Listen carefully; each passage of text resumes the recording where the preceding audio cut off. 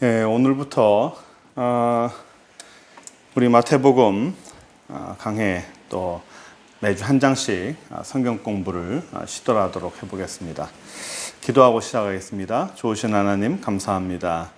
우리가 마태복음을 공부하고 시작하려고 합니다. 하나님 함께 해주시고 지혜와 명철을 주셔서 마태복음 전체가 우리의 몸 안에, 우리의 모든 예리 안에 다 들어올 수 있도록 하늘 은혜를 더하여 주옵소서.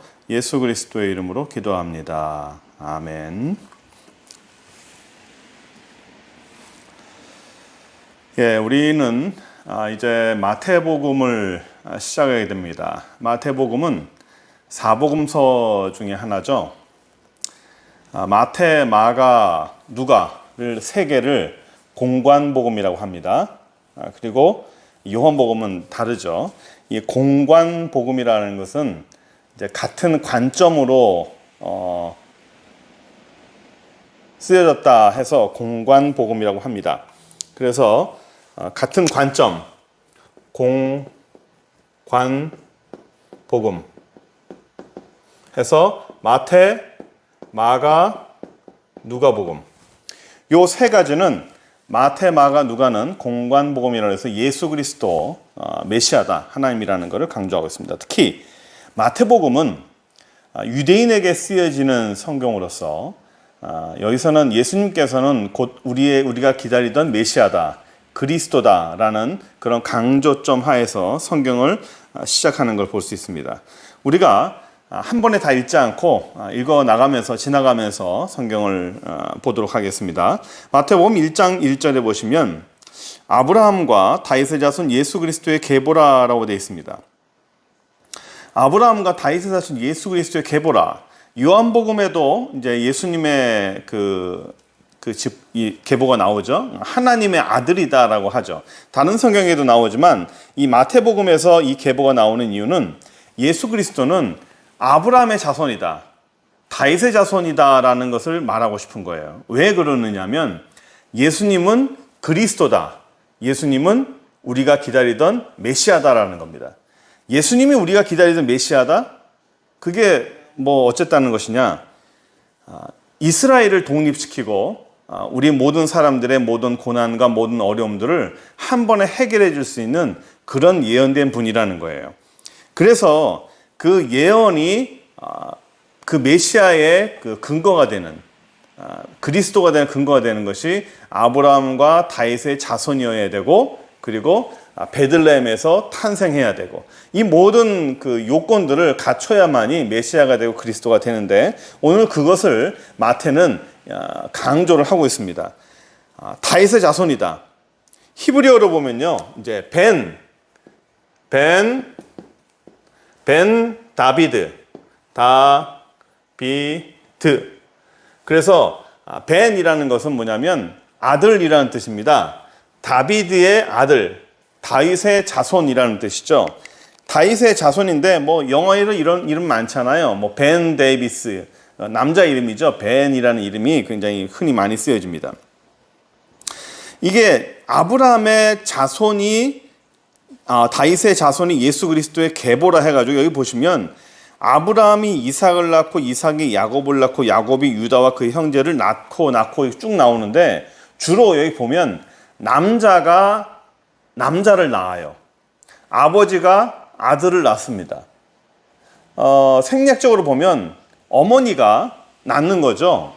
아버지가 낳는 것이 아니라. 근데 성경에서는 아버지가 낳는다, 자식을 낳는다라고 말하는데 여기는 또 딸이 나오지 않습니다. 모두가 아들만 나와요. 그럼 하나님은, 이스라엘은 남아선호 사상이냐? 그런 것이 아니라 히브리 사람들의 이분법적 사고방식, 그리고 하나님 나라와 사단의 나라라는 이런 두 가지의 사고방식이 좀 다르기 때문입니다.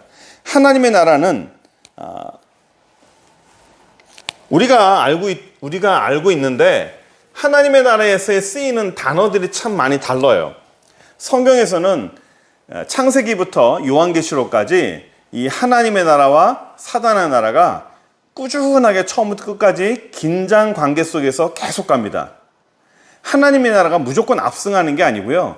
사단의 나라가 하나님의 나라를 계속 방해를 해요. 방해를 하고 이기는 것처럼 계속 보이면서도 끊임없이 지고 그러면서도 불구하고 포기하지 않고 하나님의 나라를 계속 방해하는 걸 볼 수 있습니다. 그것은 창세기부터 요한계시록까지 그 구도가 계속 가요. 이 구도 중에서 우리가 볼 게 뭐냐면 두 가지로 나누면 하나님의 나라와 사단의 나라 이렇게 구분하게 되잖아요. 그러면 하나님의 나라에는 빛이 있습니다. 사단의 나라에는 어둠이 있고요. 하나님의 나라에는 아버지가 있고 이게 아니죠. 그리고 사단의 나라에는 딸이 있습니다. 그리고 하나님의 나라에는 남자가 있고 사단의 나라에는 여자가 있습니다. 그리고 아버지와 어머니죠. 아버지와 어머니, 그리고 빛과 어둠, 그리고 의인과 악인, 그리고 양과 염소. 또 뭐가 있을까요? 사망, 생명, 그리고 우측, 좌측.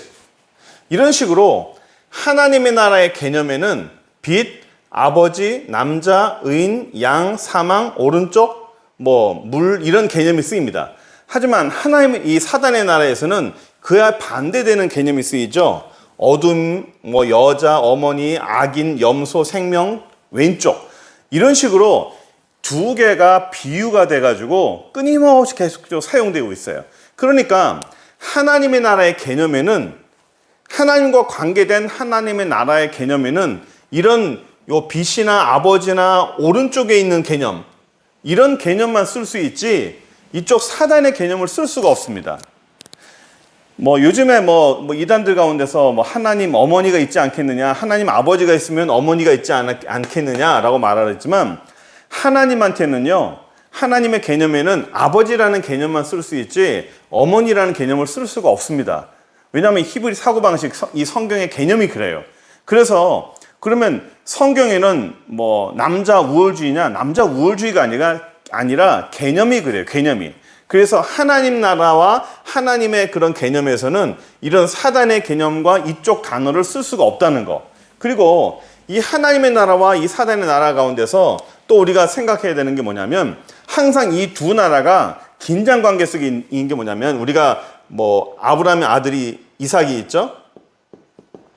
그리고 사단의 나라의 사람은 누가 있냐면 이스마엘이 있어요. 그리고 하나님의 나라에는 사라가 있고 이쪽에는 뭐가 있을까요? 역시 하갈이 있습니다. 이런 개념이죠. 하나님의 나라에 이런 사람들이 있어요. 이삭이 있고 사라가 있고 또 누가 있을까요? 계속 있습니다. 이런 다윗이 있고요. 다윗과 비교되는 사람이 누가 있을까요? 사울이 있습니다. 이게 다 쓸 수가 없어요. 끊임없이 하나님의 나라의 사람과 사단의 나라의 사람이 긴장 관계 속에 있는 거죠. 하지만 처음에는 이삭과 이스마엘에서 맨 처음에 누가 이깁니까? 이스마엘이 이기죠. 그러나 나중에는 누가 이깁니까? 이삭이 이깁니다. 사라와 하갈도 똑같아요. 하나님의 나라와 사단의 나라가 서로 긴장 관계 속에 있을 때 처음에는 사단의 나라가 이기는 것 같아요. 하지만 하나님의 나라가 이기죠. 다윗과 사울도 똑같습니다. 끊임없이 계속적으로 이런 일들이 계속 이어져 가요. 요한계시록까지 계속 이어져 갑니다. 하나님의 나라의 개념과 사단의 나라의 개념이죠. 그래서 하나님의 나라의 개념에서 메시아, 즉 그리스도죠. 메시아가 왜 남자로 와야 되느냐? 하나님의 나라에서는 남자만이 그런 단어를 쓸 수가 있어요. 하나님의 나라가 메시아가 여자가 왔다? 있을 수가 없는 일이에요. 여자를 우리가 무시한다는 내용이 아니라 개념 자체가 그래요. 그래서 어느 그림을 보니까 예수님을 여성으로 표현해가지고 치마 입고 있는 여성으로 표현해서 굉장히 아름답고 사랑스러운 어머니의 모습으로 표현한 게 있는데 성경적이 아닙니다. 여자를 비하하려는 내용이 아니라 성경에서 그래요. 성경에서 가르치는 내용이 이렇게 가르치고 있습니다. 그래서 그리스도, 메시아는 반드시 남자여야만 한다는 거. 그렇게 해서 여기 우리 족보가 나오면 누가 누구를 낳고 누가 누구를 낳고 계속 나오죠. 그래서 우리 한 가지만 좀 보려고 그러는데 6절 보시면 뭐 전부 다 우리가 할 수는 없고요. 다윗은 우리아의 아내 아내에게서 솔로몬을 낳았다라고 되어 있는데 대부분의 성경이 누가 누구를 낳았다, 남자가 누구를 낳았다라고 되어 있는데 요 6절만큼은 다윗은 우리아의 아내에게서 솔로몬을 낳았다라고 되어 있어요. 우리아의 아내가 누구냐면 밧세바죠. 그러면 여기 밧세바라는 사람이 나와야 되는데 밧세바가 안 나오고 우리아의 아내라는 이름으로 나옵니다. 즉 밧세바의 남편이 나와요. 밧세바의 남편에게서 솔로몬을 낳았다라고 말합니다. 이게 왜 이럴까 우리가 한번 고민을 해보면 우리아는 사실 다윗에게 충성을 다한 사람밖에 없습니다. 속았죠. 죽을 때까지 자기가 왜 죽는지 몰라요. 억울하게 죽음을 받았죠. 하지만 하나님이 그 내용을 기억하신다고 저는 생각을 합니다. 이 땅에서 억울하게 죽고 억울하게 모든 것을 다 지나버리고 아무것도 남는 것이 없다? 저는 하나님이 기억한다고 봐요. 이 땅의 삶에서 우리가 맨날 손해보고 산다? 뭐 남는 게 없다? 아닙니다. 하나님이 우리를 반드시 기억해 주시고 그것을 반드시 갚아준다는 사실을 우리가 기억했으면 좋겠습니다. 자, 18절 한번 볼까요? 쭉 넘어가 보시면 이제 그리스도의 나심, 예수님의 탄생을 얘기합니다. 여기서 탄생을 얘기할 때 마태가 강조하고 싶은 건 뭐냐면 예수님께서 동정녀로 탄생하셨다는 것과 또 한 가지는 예수님이 베들레헴에서 탄생했다는 거예요. 여기 보시면 그의 어머니 마리아가 요셉과 약혼하고 동거하기 전에 성령으로 잉태되었다라고 되어 있어요. 성령으로 잉태되었다. 그래서 우리는 이 내용을 가지고 뭐라고 얘기합니까? 동정녀 탄생이라고 그러죠. 동정녀 탄생. 예수님이 동정녀, 즉 남자를 모르는 상태에서 예수님이 태어났다라고 성경은 말하고 있습니다. 이 동정녀 탄생이 굉장히 중요한 이유가 우리의 사람의 육신에 어떤 영향력이 없었다는 거예요. 우리가 신앙을 얘기할 때 첫 번째, 우리가 믿는 5가지가 있습니다. 첫 번째, 예수님의 동정녀 탄생을 우리가 믿고요. 두 번째, 예수님께서 우리 죄로 인해서 십자가에서 대속 죽음, 대속으로 죽으심을 우리는 믿습니다. 그리고 세 번째, 뭘 믿냐면 예수님께서 3일 만에 부활하심을 믿습니다.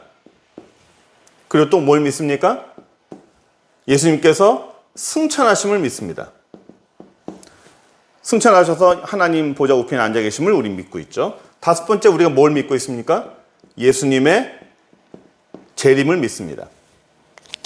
이 5가지, 동정녀 탄생, 십자가에서 돌아가심, 그 다음에 3일 만에 부활하심, 그 다음에 승천하심, 그리고 다시 재림하심. 이 기본적인 5가지죠. 요거를 안 믿고 요걸 다른 걸 얘기하면 이걸 이단이라고 하고 사입이라고 합니다. 그러니까 예수님에 대해서 굉장히 중요한 첫 출발이 바로 이 동정녀 탄생이에요. 이게 과학적으로 얘기되느냐? 과학적으로 안 되죠. 하지만 과학적으로 믿지 못하는 것들이 우리가 발견되는 게 참 많고 우리가 믿음으로 이거를 받아들이고 신앙으로 믿습니다. 단지 신앙으로 믿는다는 것은 그것을 사실로 받아들이지 않지만 신앙으로만 믿는다는 건 아니에요. 사실로 받아들이고 그것을 실제로 신앙으로 믿는다는 거죠. 요즘에 이상한 사람들을 보면 예수님의 부활을 사실로 믿지 않지만 그것을 부활의 신앙으로 믿는 사람들이 있어요. 예수님의 재림을 신앙으로만 믿어요. 사실로 믿지 않고 재림 신앙으로 믿습니다. 사실이에요. 동정녀 탄생도 사실이고 예수님의 부활도 사실이고 예수님의 재림도 사실입니다. 그 사실된 속에서 우리가 좀 보려고 하는 겁니다. 21절 보시면 그가 아들을 낳으리니 이름을 예수라 하라라고 되어 있죠. 그 이름을 예수라 하라. 성경에 예수님의 이름까지도 미리 정해주셨어요. 그 이름을 예수라 하라.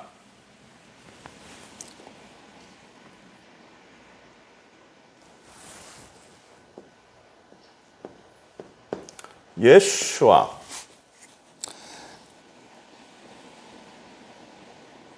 예수아. 이게 예수님의 이름이죠. 예수아. 이 예수아라는 이름이 구원이라는 뜻입니다. 구원. 근데 이 예수아라는 이름과 같은 것이요. 단어가 똑같은 게 뭐냐면 여호수아. 그 다음에 호세아. 이게 다 같은 단어로 되어 있어요. 예수아, 여수아, 호시아. 이게 다 같은 단어입니다. 그래서 구원이라는 그런 단어로 우리에게 말씀하시는 것으로 보면 되겠습니다. 23절 보시면 보라 처녀가 잉태하여 아들을 낳을 것이 그 이름은 임마누엘 하리라.